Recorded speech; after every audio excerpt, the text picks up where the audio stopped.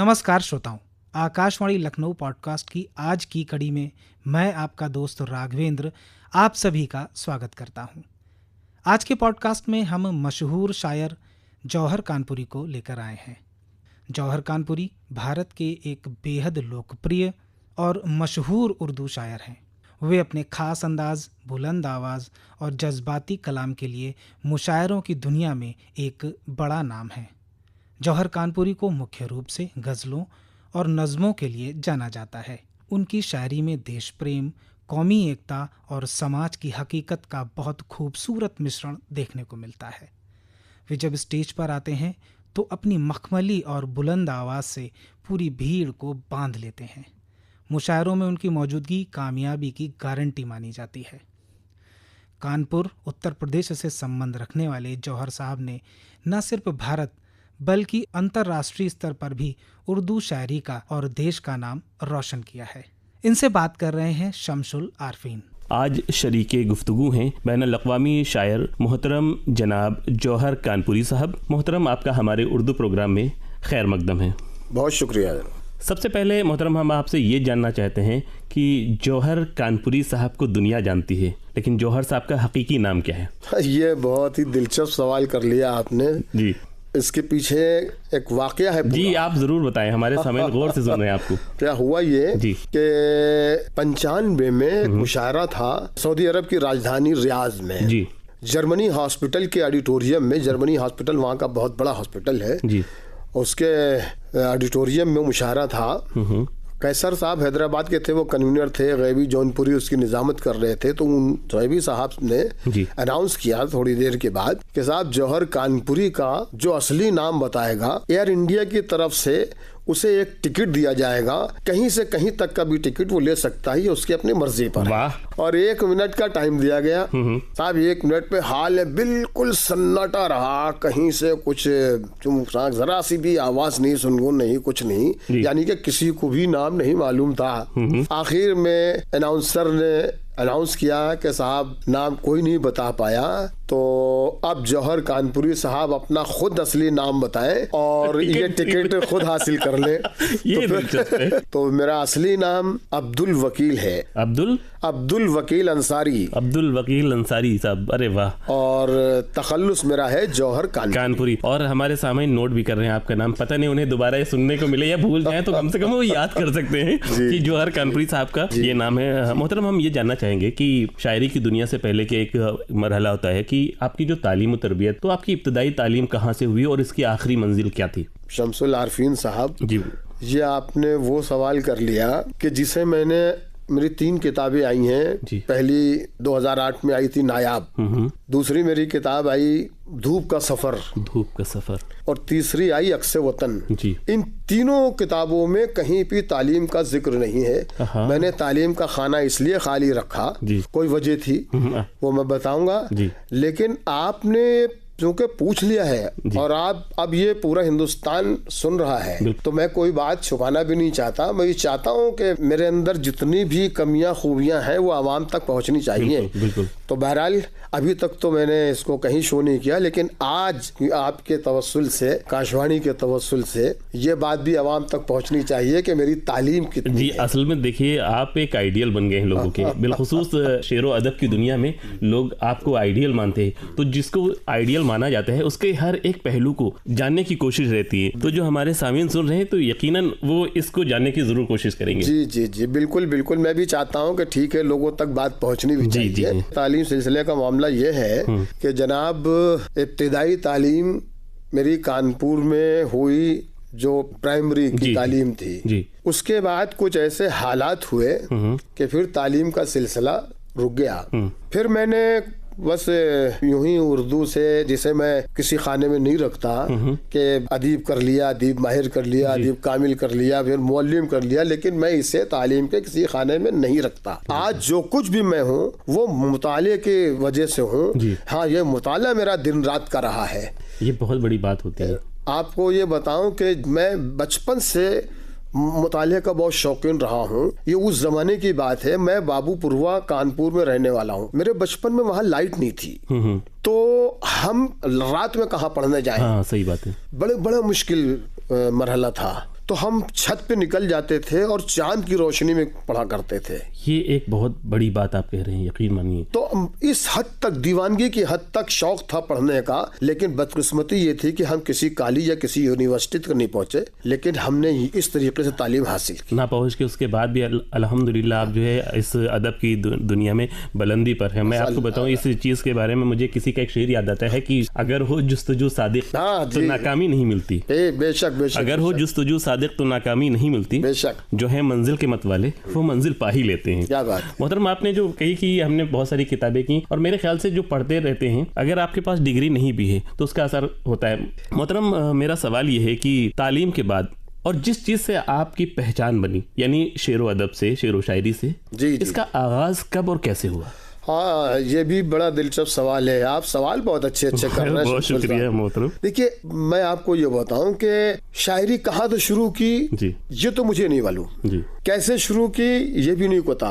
हुआ ये कि बचपन में मेरी उम्र 7-8 साल की रही होगी, उस यहाँ से याद है, जो 6-7 साल की उम्र के बच्चे को याद रहती बात। तो मुझे ये याद है कि हमारे घर पे अक्सर नशिस्तें होती थी और हम शायरों की खिदमत करते थे, उनको चाय और उनके पान का इंतजाम सब करते थे। उसी में कब ये जहन में बात आ गई और ये जहन शेर मौजू करने लगा, अभी तक हमें नहीं पता जी। और होते होते मेरी उम्र तकरीबन 14-15 साल की हो गई जी। और अभी तक मुझे ये नहीं मालूम है कि मैं शेर कहता हूँ।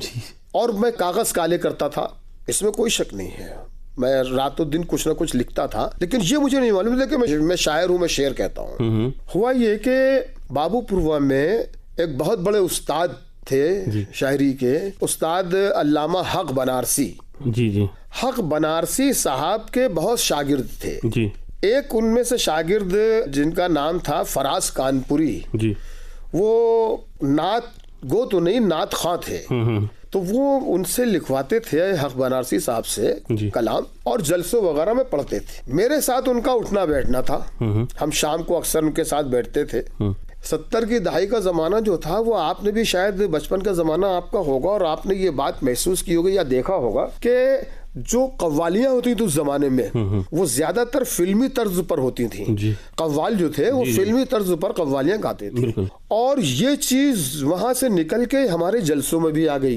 तो अब जो नात ख्वां हजरात थे वो भी सब फिल्मी धुनों पर पढ़ते थे, नाते नबी पढ़ते थे। अब हुआ क्या कि हक बनारसी साहब के तो बहुत शागिर्द थे। ये जो फराज साहब थे, इन्होंने एक तर्ज लाकर उनको दी हक साहब को कि इस पर नात कह दीजिए, और शाम को उनका एक दूसरा शागिर्द आ गया और उसने भी वही तर्ज रख दी कि इस पर कह दीजिए। तो उन्होंने ये कहा कि भाई ये तो मैं कह चुका हूँ फराज के लिए। वो बसीद हो गए कि नहीं, ये तो बहुत अच्छी नात हुई है, ये मुझे दे दीजिए आप, और बसीद हो गए वो। और हुआ ये कि वो देना पड़ा जी। फिर वो फराज को मालूम हुई और दूसरी नात उन्होंने दी, जलसे में गए, मुकाबला हुआ, मुकाबले में वो नात जीत गई जो फराज के लिए कही थी और दी गई दूसरे को जी। तो फराज से वो नात जीत गई, फराज दूसरे नंबर पे आ गए। तो फराज को यहाँ से बहुत बुरा लगा, हाँ बुरा लगा, और उनको लगना भी चाहिए। तो ये वो हक साहब से नाराज हो गए जी। अब हक साहब तो दुआ सलाम तो रही उनकी, लेकिन कलाम का लेन देन बंद कर दिया उन्होंने कि आज के बाद मैं आपका कलाम नहीं लूंगा। सही बात है। ये इस हद तक नाराजगी। तो एक शाम जलसा था बाबूपुरवा में ही। बाबूपुरवा में मकानात जो थे वो सब ज्यादातर कच्चे मकान और ईंटों के मकान और खपरेल के मकान होते थे, बिल्डिंग नहीं। हाँ, तो एक हारन कहीं लग जाए तो उस हारन की आवाज पूरे महल्ले में गूंजती थी। अब वो जलसे में फराज कानपुरी साहब ने मुझसे ये कहा कि एक नात आप कह दीजिए, और ये तर्ज दे दी मुझे फिल्मी एक। तो मैंने कह दी नात, उन्होंने वो नात जलसे में पढ़ दी। अब ये चूंकि हक साहब भी उसी महल्ले में रहते थे, उन्होंने वो नात सुनी। अक्सर ये था उस जमाने में, यह होता था कि लोग होटलों में आकर अखबार पढ़ते थे और चाय पीते थे। बिल्कुल वही मामूल था दूर दराज इलाकों में। हाँ, वही मामूल था उनका। सवेरे हक साहब आए, मैं तो खैर उस जमाने में भी सो के उठता था 10-11 बजे और घर से 12 बजे से पहले कभी नहीं निकला। मैं होटलों पे नहीं बैठता था। अब जब सवेरे हक बनारसी साहब से इनकी फराज कानपुरी की होटल में मुलाकात हुई जी, तो उन्होंने हक साहब ने कहा कल आप नात किसकी पढ़ रहे थे? तो उन्होंने कहा कि वो वकील साहब की। तो कहने लगे कौन वकील? उन्होंने बताया कि बारी साहब के साहबजादे। अच्छा, मेरे वालिद को जानते थे वो, क्योंकि महल्ले की बात थी। अच्छा, तो उन्होंने कहा शेर भी कहते हैं वो? उन्होंने कहा तो शेर कहते हैं। तो कहने लगे साहब के उनसे कहिएगा कि पहले बंद में रब्त नहीं है मिसरों में तो उसको सही कर लें। ये बात दोपहर में जब हम निकले तो हमें फराज कानपुरी ने बताई कि हक साहब ने ऐसा कहा। तो मैं चौंक गया, मैंने कहा अच्छा हक साहब ने ऐसा कहा तो इसका मतलब मैं शायर हूँ। अब मुझे समझ में आया कि मैं शायर हूँ, मैं शेर कह लेता हूँ। ये यूं कहें कि अब्दुल वकील अंसारी साहब और जौहर कानपुरी बनने का ये पहला कदम था, ये पहली। जी बिल्कुल बिल्कुल बिल्कुल, बड़ा दिलचस्प वाकया है। तो अब आपने एक लंबी दास्तान बताई, बड़ी अच्छी बात है। मैं चाहता हूँ, हमारे सामने ये चाहते हैं कि आप कुछ अपने अशार हमारे सामने की नजर जरूर करें। जी मैं जरूर पेश करूंगा। बिल्कुल, कुछ मुतफर्रिक अशार सुन लीजिए मेरे। अता करें मोहतरम। तुझसे मिलता हूँ दिल के कहने पर, तुझसे मिलता हूँ दिल के कहने पर। वाह।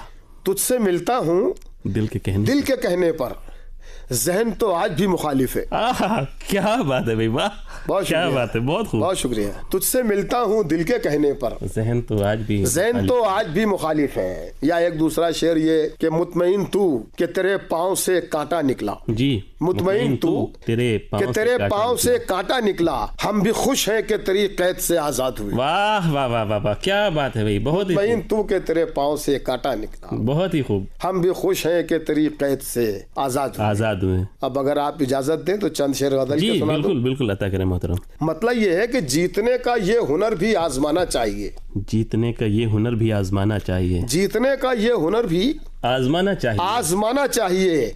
भाइयों से जंग हो तो हार जाना चाहिए। वाह क्या बात है, बहुत ही खूब, बहुत ही खूब मोहतरम। जीतने का ये हुनर भी आजमाना चाहिए, भाइयों से जंग हो तो हार जाना चाहिए। ये भी एक तरकीब अपना दर्द कम करने की है। ये भी एक तरकीब अपना दर्द कम करने की है। दूसरों के जख्म पे मरहम लगाना चाहिए। क्या बात है, ये भी एक तरकीब अपना दर्द कम करने की है। दूसरों के जख्म पर मरहम लगाना चाहिए। और दिन के झगड़े रात की दहलीज पर दस्तक न दें। दिन के झगड़े रात की दहलीज पर दस्तक न दें। दिन के झगड़े रात की दहलीज पर दस्तक न दें। शाम होते ही सभी कुछ भूल जाना चाहिए। वाह वाह वाह वाह वाह वाह, बहुत ही। शाम होते ही सभी कुछ भूल जाना चाहिए। और रोज मिलने में बनी रहती है रिश्तों में मिठास। वाह, रोज मिलने में बनी रहती है रिश्तों में मिठास। तुमको ख्वाबों में भी पाबंदी से आना चाहिए। वाह वाह वाह वाह वाह वाह, तुमको ख्वाबों में भी पाबंदी से आना चाहिए। तुमको ख्वाबों में भी पाबंदी से आना चाहिए। और ये जमाना नेकियों का अब सिला देता नहीं। ये जमाना नेकियों का अब सिला देता नहीं। ये जमाना नेकियों का अब सिला देता नहीं। खुद ही अपने नाम का पत्थर लगाना चाहिए। वाह वाह वाह वाह, बहुत ही खूब, बहुत शुक्रिया मोहतरम। आपकी शायरी अक्सर मुआशरे से सवाल करती नजर आती है, ऐसा क्यों? कई बार तो ये भी देखा है कि निजामत की दुनिया में जब कोई भी नाजिम आपको इनवाइट करता है, आपके नाम के आगे एक और लफ्ज जोड़ता है, इनकलाबी शायर मोहतरम जनाब जौहर कानपुरी साहब तशरीफ ला रहे हैं। जी, तो इसके पीछे की बड़ी वजह क्या है? जी जरूर मैं बताऊंगा। जी देखिए साहब, मैं बचपन से बहुत हसास रहा हूँ जी, और वो मुझमें आज तक है हसासियत। और शायर होता भी ये है कि शायर समाज की आंखें होता है। समाज में जो कुछ भी हो रहा है सबसे पहले शायर महसूस करता है। तो हमने जिस फता में आंख खोली वहां पर गरीबी थी, भूख थी, फसादात थे, बेकारी थी, मजलूमियत थी जी, जुल्म थे। तो इन चीज़ों के दरमियान मेरी तरबियत हुई है। मैंने ये सारी चीज़ें अपनी आंखों से देखी हैं, महसूस किया है। खुद भी गुर्बत में बहुत गुजारा है मैंने जी। तो अब मैं शेर कहता हूँ तो मेरे अंदर से वो सारी चीजें खुद ब खुद आती हैं, मैं सोच के नहीं कहता हूँ। जी तजुर्बात, तो ये मेरे मुशाहिदात, मेरे तजुर्बात या ये कि जो मुझ पर बीती जी, वो शायरी में ढल के आती है। बिल्कुल, कहते हैं कि एक अच्छा और कामयाब शायर वही है जो मुशाहिदात पर मबनी अपने अशार कहे और सवाल भी उठाए। ये आपने बहुत ही अच्छी बात बताई मोहतरम। आपकी तो मेरे ख्याल से दुनिया फैन है, लेकिन आप किसके फैन हैं और आपकी नज़र में आपके पसंदीदा शायर कौन है? दौरे कदीम में आप जाइएगा तो आप मीरो गालिब को नज़रअंदाज तो कर ही नहीं सकते, उनके अलावा कोई है भी नहीं। मुमकिन जब तक आप मीरो गालिब का जिक्र ही करें या पढ़े नहीं, उनको समझे नहीं, तो फिर आप शायर नहीं हो सकते। बिल्कुल सही बात है। मौजूदा दौर में आइए तो मौजूदा दौर में हमें अभी कई लोग ऐसे मिलते हैं कि जिनको समझना भी पड़ता है, जिनको सुनना भी होता है, और जाहिर है कि उन्हीं के फैन भी होंगे हम।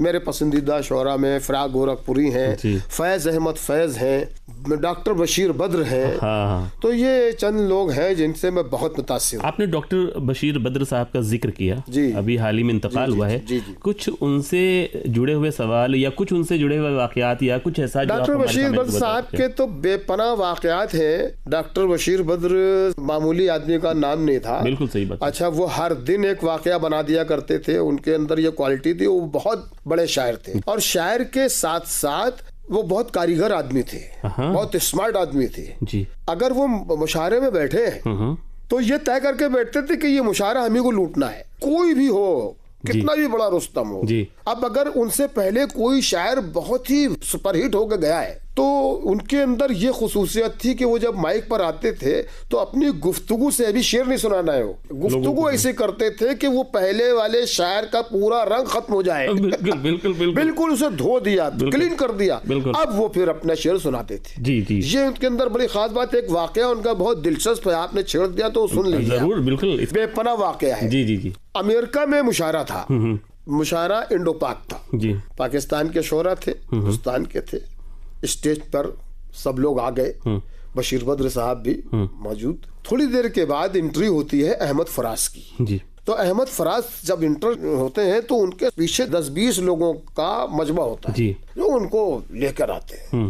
तो पाकिस्तान का एक शायर बशीर बद्र साहब के बगल में बैठा था, उसने बशीर बद्र साहब की तरफ देखा, उसने कहा कि देखा आपने, पाकिस्तान का शायर ऐसे आता है। ये तंज किया जी, जी, उन्होंने बशीर बद्र, क्योंकि बशीर बद्र के बारे में ये आम बात थी कि बशीर बद्र अपने अलावा किसी को शायर नहीं समझते। अच्छा, हाँ, बड़ी बात ये है। बात आम थी जी।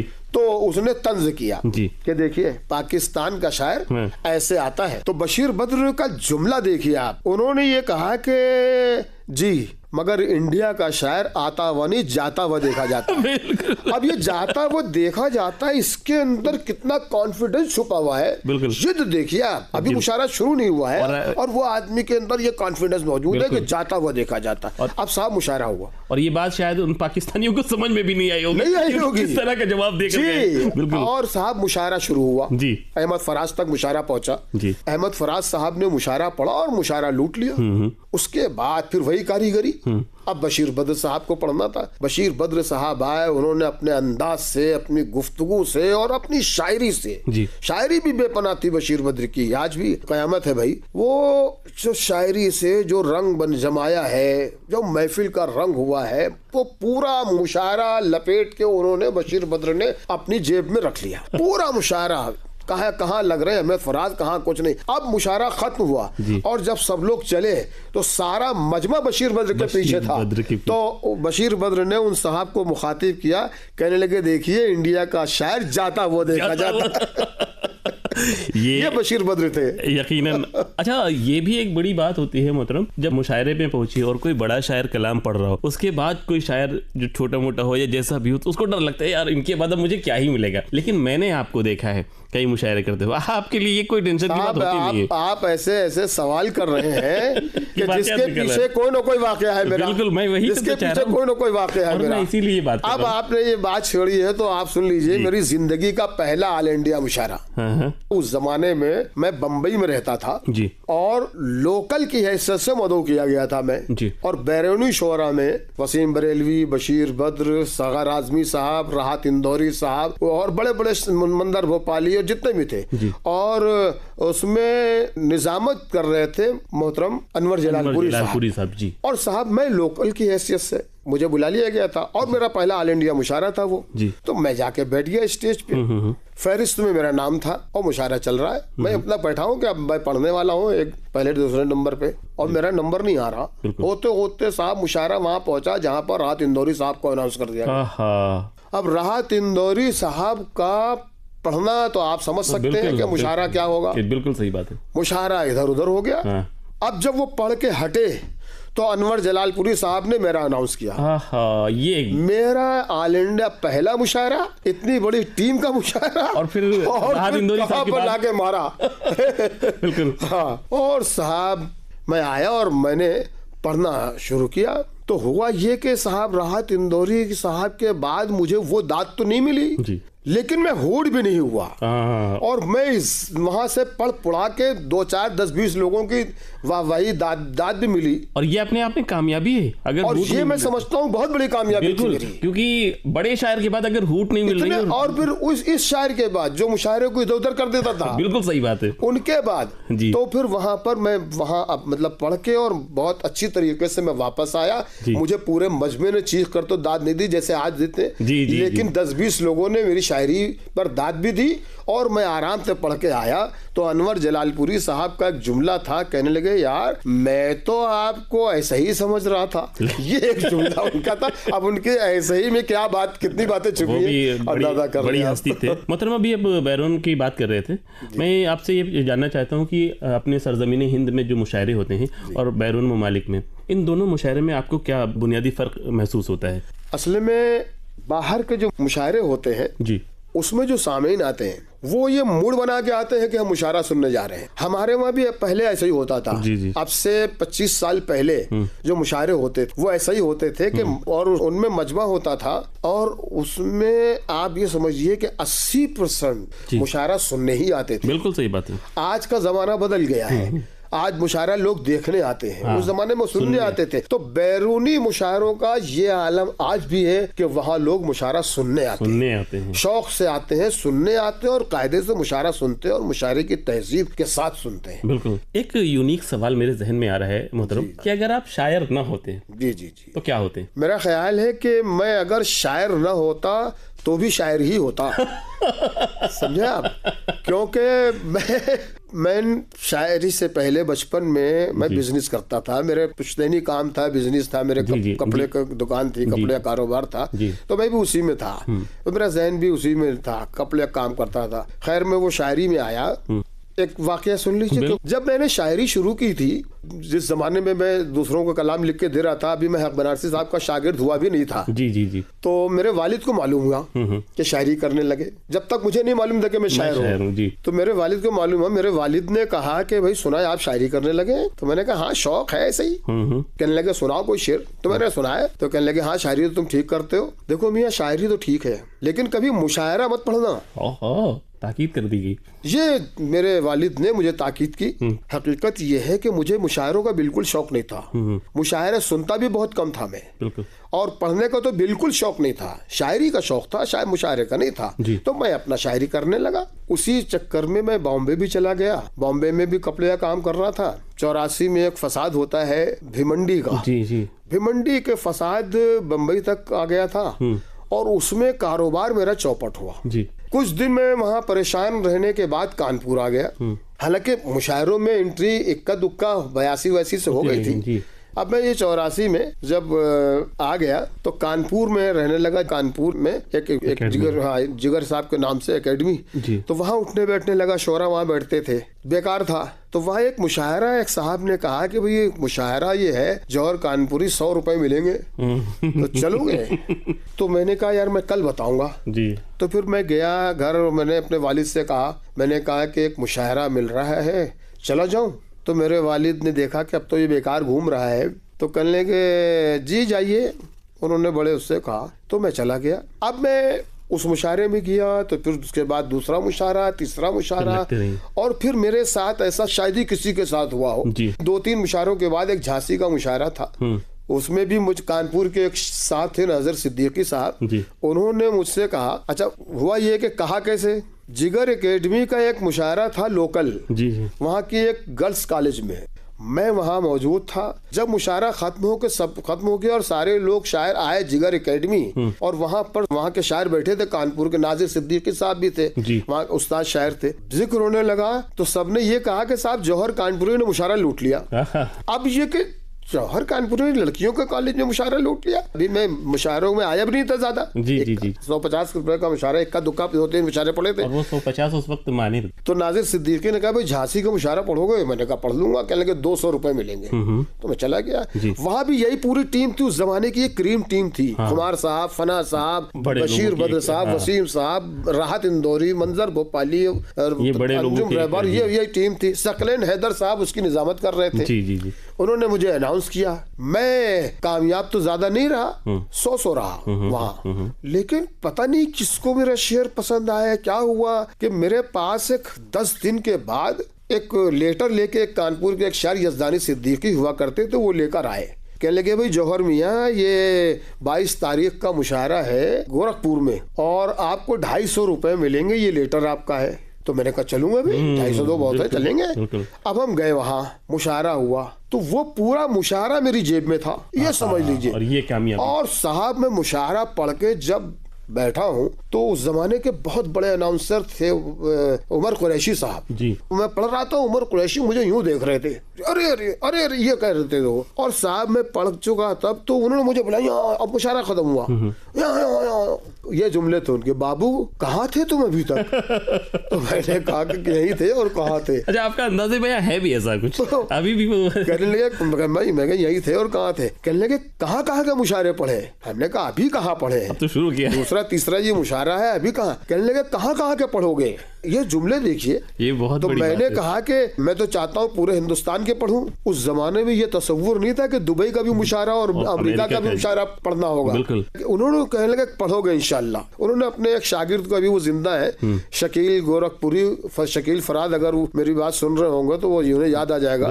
तो उमर कुरैशी साहब ने शकील फराद से कहा कि यहाँ आओ, इनका एड्रेस लो। और उन्होंने मेरा एड्रेस लिया। उस जमाने में फोन तो थे नहीं, एड्रेस लिया, एड्रेस लेके और हम चले आए कानपुर। 50 रुपए मुझे बढ़ के पेमेंट भी हुआ जी।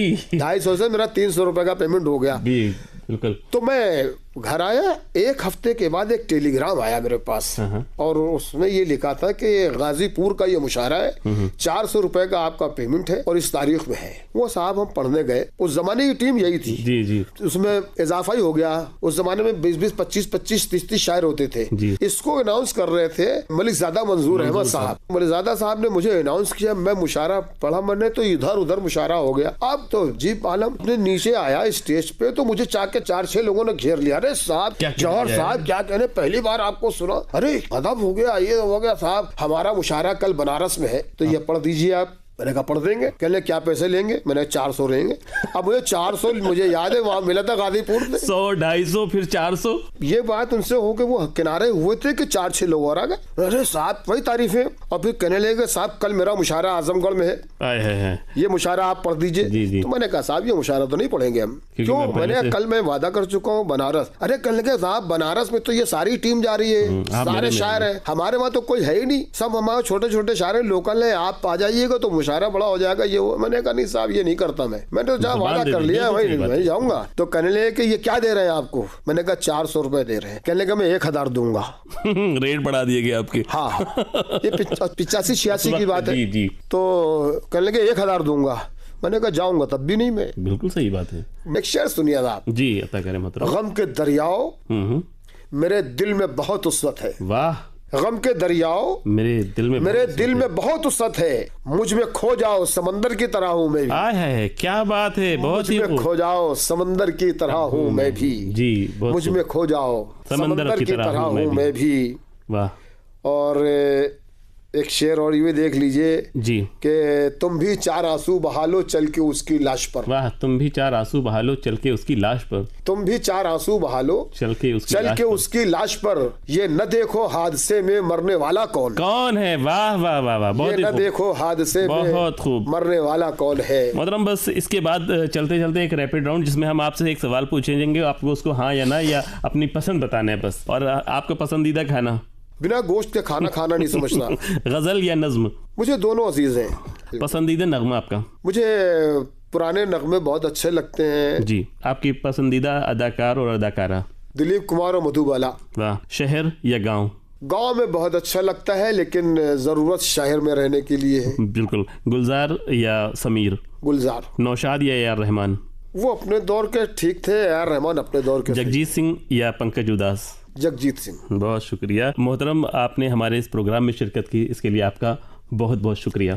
बहुत बहुत शुक्रिया आपका कि आपने मुझे अपने इस प्रोग्राम के लायक समझा। अभी आप सुन रहे थे आकाशवाणी लखनऊ पॉडकास्ट की ये खास श्रृंखला। उम्मीद करते हैं आपको ये पसंद आया होगा। अपने सुझाव हमें ज़रूर लिखें। अगले पॉडकास्ट में हम किसी नए मेहमान के साथ पुनः हाजिर होंगे। तब तक के लिए अनुमति दीजिए। नमस्कार। एक